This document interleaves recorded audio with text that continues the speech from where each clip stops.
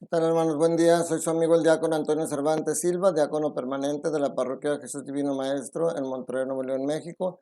Y les saludo con mucho afecto. Les doy la bienvenida a su canal de YouTube, en el que día a día trato de que meditemos juntos la palabra de Dios.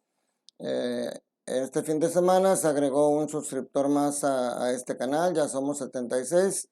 No sé quién es, obviamente en YouTube no me aparece quiénes son los suscriptores, pero bueno, Dios sabe quiénes son los que nos reunimos a meditar su palabra. Les doy la bienvenida y los invito a los que no han hecho su suscripción que lo hagan para que crezca esta comunidad que amamos a Dios, que amamos a Cristo y que tratamos de ser mejores personas guiándonos en su palabra. Hoy estamos pues dando continuidad a la semana 11 de tiempo ordinario que empezamos ayer. En este lunes que vamos a meditar la segunda carta a los Corintios, capítulo 6, versículo del 1 al 10, y el Evangelio de Marcos, capítulo 5, versículos del 38 al 42. En esta carta, que es muy rica, tiene una riqueza, y hoy vamos a ver lo que nos habla, que Pablo lo habla siendo él como, refiriéndose a él como ministro y a los ministros, a los apóstoles, a los sacerdotes, a los presbíteros que dejaban cada comunidad. Pero vamos a ver cómo esto se refiere a todos nosotros y nos dice cómo debemos de ser como cristianos y dar testimonio aún en los peores momentos. Porque tenemos que aprovechar, dice aquí, como colaboradores que somos de Dios, los exhortamos a no echar su gracia en saco roto. En primer lugar, se dice que somos colaboradores. El que hace el proyecto de salvación es Dios. Nosotros, no solamente los clérigos, ministros, sacerdotes, diáconos, sino también todos los bautizados, somos instrumentos de colaboración para hacer la obra de Dios que tiene con nosotros. Y nos ha dado una gracia enorme que a veces no valoramos. Dicen que cuando una persona se hace rica con trabajo y esfuerzo, cuida mucho su dinero. Y cuando una persona se hace rica de la noche a la mañana porque se saca la lotería o algún premio, se nota luego la diferencia, porque son personas que empiezan a gastar y a gastar y a gastar y a despilfarrar el dinero que no estaban acostumbrados a tener. Así somos nosotros a veces con la gracia que Dios nos da. Caemos en el pecado muy fácil, nos vamos a todos los disfrutes, a todos los goces que la vida nos da, y a nadie le gusta el sufrimiento y le sacamos la vuelta, pero aquí nos enseña San Pablo en esta carta la importancia que tiene también esto. Dice: en el tiempo favorable te escuché y en el día de la salvación te socorrí. Se refiere a las escrituras San Pablo y dice: pues bien, ahora es el tiempo favorable, ahora es el día de la salvación. ¿Cuándo es ese tiempo favorable? ¿En ese tiempo de San Pablo? Sí, por supuesto que él se los decía porque era una realidad en ese tiempo. Pero si nosotros lo estamos leyendo ahorita, mis hermanos, es porque Dios nos lo está diciendo en este tiempo también. Hoy es el día favorable, hoy es el día de la salvación. Y dentro de 10 años, 15 años, 20 años, personas nuevas que lo estén viviendo, va a ser también una realidad en ese momento presente. ¿Por qué? Porque el tiempo de Dios no es el tiempo cronológico, es cairológico. Y lo que Él nos trae no es perecedero, lo que Él nos trae es duradero. Entonces, siempre va a ser una oportunidad para alcanzar la salvación, siempre va a ser favorable para aprovechar la gracia que Dios nos da. Ahora también esa gracia nos ayuda a salir adelante de poder dar testimonio de que somos cristianos, de que le creemos a Dios, de que amamos a Cristo, sobre todo en las pruebas. Dice: continuamente damos pruebas de que somos servidores de Dios con todo lo que soportamos. Es lo que les decía, a nadie nos gusta el sufrimiento ni sufrimos simplemente por sufrirlo. Pero como cristianos sabemos que tenemos que soportar muchas pruebas y que tenemos que salir adelante, y lo hacemos por la gracia de Dios que está con nosotros. Y San Pablo menciona 3 ternas de situaciones que han tenido que sufrir. Fíjense, la primera terna dice: sufrimientos, necesidades y angustias. Eso es algo que todos nosotros en este mundo hemos sufrido, porque es parte de nuestra fragilidad y hemos sentido sufrimiento, necesidades y angustias. La segunda terna dice: golpes, cárceles y motines. Golpes, pues la vida nos da muchos golpes. Cárceles, a lo mejor nosotros no hemos caído en la cárcel literalmente, pero miren, hay personas que están en la cárcel y son más libres que nosotros porque han entendido la lección, se han acercado a Dios y ahora tienen su mente libre para orar, para pensar en las cosas buenas de Dios y que eso los guía a un comportamiento para que cuando salgan de la cárcel sean personas diferentes.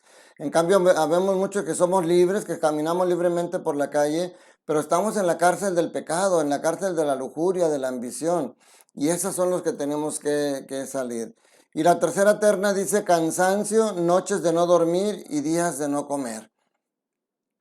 Son situaciones extremas que algunos lo han vivido literalmente y otros no tanto, pero también son situaciones, el mensaje que nos dice es que aún en estas pruebas nosotros tenemos que dar testimonio de que somos cristianos. ¿Y cómo tenemos que comportarnos? Fíjese, dice, procedemos con pureza, sabiduría, paciencia y amabilidad, con la fuerza del Espíritu Santo y amor sincero, con palabras de verdad y con el poder de Dios. O sea, nuestro comportamiento un pagano, cuando una persona extraña ve que somos cristianos y ve que es como no nos dejamos vencer por el dolor, no nos dejamos vencer por el sufrimiento, entonces van a ver que se van a preguntar de dónde sale esa fuerza que nosotros tenemos para salir adelante. Y entonces por eso dice, somos impostores que dicen la verdad, desconocidos de sobra conocidos, dice moribundos que están bien vivos, somos los condenados nunca justiciados, los afligidos siempre alegres, fíjense, los pobres que a muchos enriquecen y los necesitados que todo poseen. En dos puntos me voy a fijar yo, los afligidos siempre alegres, los necesitados que todo lo poseen. O sea, si nosotros, esa alegría que Cristo nos trajo y que Él dijo que nunca nos las va a quitar, damos testimonio de eso, la gente que no nos vea, por eso decías el Señor, cuando andes ayunando, no andes con cara triste, con cara amargada para que los demás no noten. Ciertamente tenemos que sufrir, ciertamente a veces ese dolor se nos nota, pero no podemos, por eso San Pablo les decía a los tesalonicenses, no queremos que ignoren lo que pasa con nuestros difuntos para que no vivan como aquellos que no tienen esperanza. Los momentos que tenemos que sufrir hay que sufrirlos y si se nos nota es natural, pero tiene que ser momentáneo. Dice, no es lo mismo, no dice San Pablo para que no tengan sufrimientos, para que no estén tristes, dice para que no vivan tristes. Nosotros como cristianos, ese es nuestro testimonio, que los sufrimientos, los dolores del mundo no nos quitan la alegría que nos deja el Señor, no nos roban la felicidad. Puedo profundizar mucho porque eso es bien interesante y es bien motivante para nosotros saber que estamos de pie porque Cristo nos levanta, que no es nuestra propia fuerza, porque si así fuera, fácilmente seríamos derribados. Y San Mateo nos dice, fíjense, nos sigue diciendo en este evangelio lo difícil que es ser cristiano. Decíamos la semana pasada en los pasajes anteriores al de hoy, dice, ustedes han oído que se dice ama dice que si ustedes han oído que se dijo no matarás, pero si ustedes odian a su hermano, si ustedes rechazan a su hermano, insultan a su hermano, son reos de tribunal. Entonces, esto era para lo que Jesucristo decía que ha venido a darle plenitud a la ley. Hoy nos dice, ustedes han oído que se dijo ojo por ojo y diente por diente, pero yo les digo, no hagan resistencia al hombre malo. O sea, ojo por ojo y diente por diente era la ley del talión, y nosotros ahorita lo vemos criminal, lo vemos muy mal, pero esa ley del talión en su momento era buena, porque en aquellos tiempos si un hombre recibía una golpiza, para vengarse podía ir y matar a la otra persona o darle una golpiza peor que la que le dieron. La ley del talión quería poner en justicia el nivel. Tú tienes derecho a hacer a la otra persona lo mismo que te hizo, pero no más. No tienes que abusar más de esa persona, solamente lo que él te hizo. Ahí, por eso lo ponen así literal. Si él te saca un ojo, tú no vas a sacarle los dos. Tú tienes derecho a sacarle un ojo.